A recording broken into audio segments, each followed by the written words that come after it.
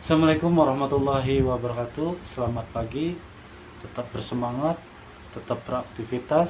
Saya doakan untuk teman-teman, saudara, atau pemirsa yang melihat video ini tetap semangat, rezekinya lancar di pagi hari ini. Amin amin ya rabbal alamin.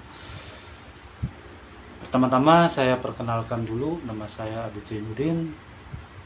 Saya ingin memberikan beberapa hal informasi sekiranya sangat bermanfaat, insya Allah sangat bermanfaat sekali untuk bapak-bapak, ibu-ibu semuanya, entah itu profesinya sebagai pedagang, nelayan, buruh harian lepas, petani, entah itu sopir, ojek, entah apalah itu pekerjaannya, yang penting dilakukan secara mandiri. Apa itu informasinya? Nah, kita simak video selanjutnya. Baik, yang pertama itu saya ingin memberikan informasi tentang BPJS. Nah, mungkin yang kalian semua tahu, ibu-ibu, bapak-bapak, mungkin yang sudah tahu itu BPJS Kesehatan ya, yang sudah umum ini namanya BPJS Kesehatan. Nah, kalau ini BPJS Kesehatan mungkin sudah paham semua, sudah bukan hal yang lumrah lagi, pasti sudah paham manfaatnya itu untuk ketika kita sakit, kita berobat, atau kita mau lahiran, kita menggunakan BPJS ini. Nah, yang saya akan jelaskan yaitu mengenai BPJS Ketenagakerjaan BPU atau bukan penerima upah, seperti yang saya jelaskan. Bukan penerima upah itu seperti apa saja, pedagang, nelayan, petani, entah itu apa aja lah, yang penting dia diusahakannya secara mandiri. Nah, seperti ini kartunya, ini namanya BPJS Ketenagakerjaan. Nah, ini. Mungkin yang kerja di pabrik sudah paham ya mengenai BPJS Ketenagakerjaan ini. Oke, saya jelaskan secara rinci. Jadi BPJS Ketenagakerjaan itu adalah suatu badan hukum publik yang bertugas melindungi semua ketenagakerjaan Indonesia, baik yang formal maupun non formal. Nah, kalau yang formal itu apa? Yang formal itu seperti pekerja pabrik, karyawan, entah itu toko atau segala macam perusahaan lah intinya. Dia secara otomatis sudah terdaftar di perusahaan. Nah, apa yang terkandung di dalam BPJS Ketenagakerjaan yang ada di pabrik-pabrik atau perusahaan? Itu ada jaminan kecelakaan, jaminan kematian, jaminan hari tua, atau jaminan pensiun. Nah, suatu saat bisa diambil ketika dia sudah tidak bekerja lagi. Oke, saya tidak akan banyak-banyak lagi. Saya akan fokus ke BPJS Ketenagakerjaan untuk pedagang, nelayan, petani, segala macam lah, yang usahanya mandiri. Nah, sekarang BPJS Ketenagakerjaan bisa didaftarkan di mana saja. Bisa didaftarkan melalui pembayaran melalui Alfamaret, Indomaret, atau Briling, itu bisa dibayar. Nah, apa manfaatnya? Manfaatnya yaitu untuk para buruh atau nelayan atau pedagang segala macam, jaminan kecelakaan kerja. Yang kedua, jaminan kematian. Yang ketiga, jaminan hari tua. Nah, untuk khusus pedagang atau yang usahanya apa saja, itu boleh mengikuti dua program, jaminan kecelakaan dan jaminan kematian. Apa manfaat dari jaminan kecelakaan ini? Apabila si peserta atau para usaha, para pedagang yang sudah terdaftar, apabila terjadi kecelakaan, maka si peserta ini akan menerima manfaat jaminan perawatan dan pengobatan sampai sembuh. Ya, kok sama sih kayak BPJS Kesehatan? Tidak. Dilihat dari efek kecelakaannya. Di BPJS Ketenagakerjaan ini tidak ada batas maksimal nominal.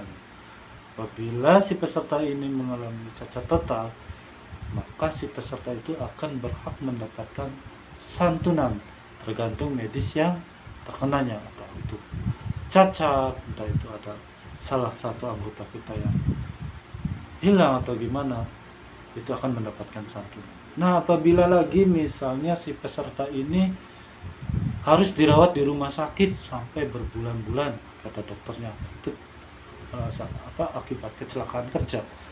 Maka si peserta ini akan mendapatkan santunan tidak mampu bekerja, tidak mampu mencari nafkah. Apa itu? Nominalnya berapa? 1 juta rupiah yang 1 bulan. Enak nggak ya? Dapat perawatan, dapat pengobatan sampai sembuh, dapat santunan tidak mampu bekerja sebesar 1 juta rupiah yang 1 bulan. Nah, itu manfaat dari jaminan kecelakaan kerja. Nah, ini adalah beberapa contoh yang saya pernah. Nah, ini untuk pemberkasan jaminan kecelakaan. Apabila peserta mengalami kecelakaan, maka harus mempersiapkan formulir-formulir seperti ini. Ada tahap 1, nanti diisi, ya. Ada tahap 2, nanti diisi. Sini ada contoh foto-foto ini. Nah, ini adalah contoh bukti yang sudah saya rekam, ya. Saya jadikan arsip di sini. Ini arsip, ini arsipnya. Oke. Banyak ya. Ini ada kronologis kejadiannya untuk kecelakaan. Nah, yang kedua dari manfaat BPJS Ketenagakerjaan ini adalah jaminan kematian. Jadi apa manfaat dari jaminan kematian ini? Jadi apabila si peserta meninggal dunia, entah itu karena sakit, entah itu karena takdir, entah itu bunuh diri, dibunuh atau gimana lah, tetap akan mendapatkan santunan.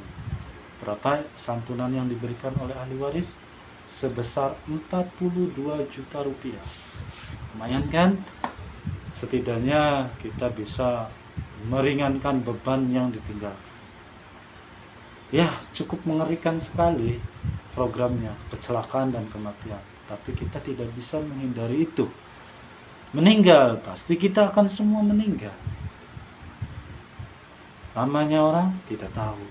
Fase hidup manusia itu dari lahir, anak-anak, remaja, dewasa, tua, meninggal.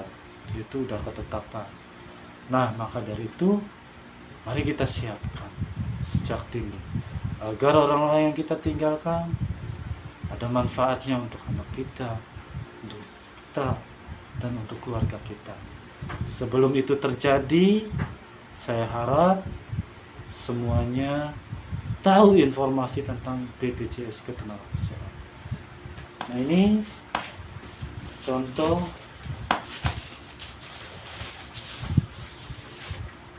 pemberkasan untuk klaim kematian, jaminan kematian. Nanti ada formulirnya, kita isi.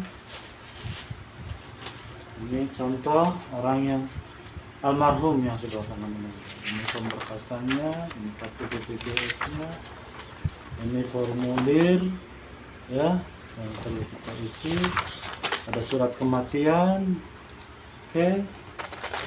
Ada apa lagi? Akte kematian dan segala macamnya.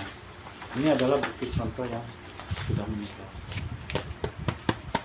Oke guys, oke semuanya untuk para pedagang, nelayan, petani, entah apapun yang kerjanya sangat beresiko, saya harap itu sudah terdaftar karena ini sangat bermanfaat sekali. Oke, terima kasih. Wassalamualaikum warahmatullahi wabarakatuh. Barangkali Anda kurang jelas, kurang apa, silakan like, komentar di bawah ini. Tanya-tanya boleh, apa aja seputar tentang BPJS Ketenagakerjaan, mangga. Terima kasih.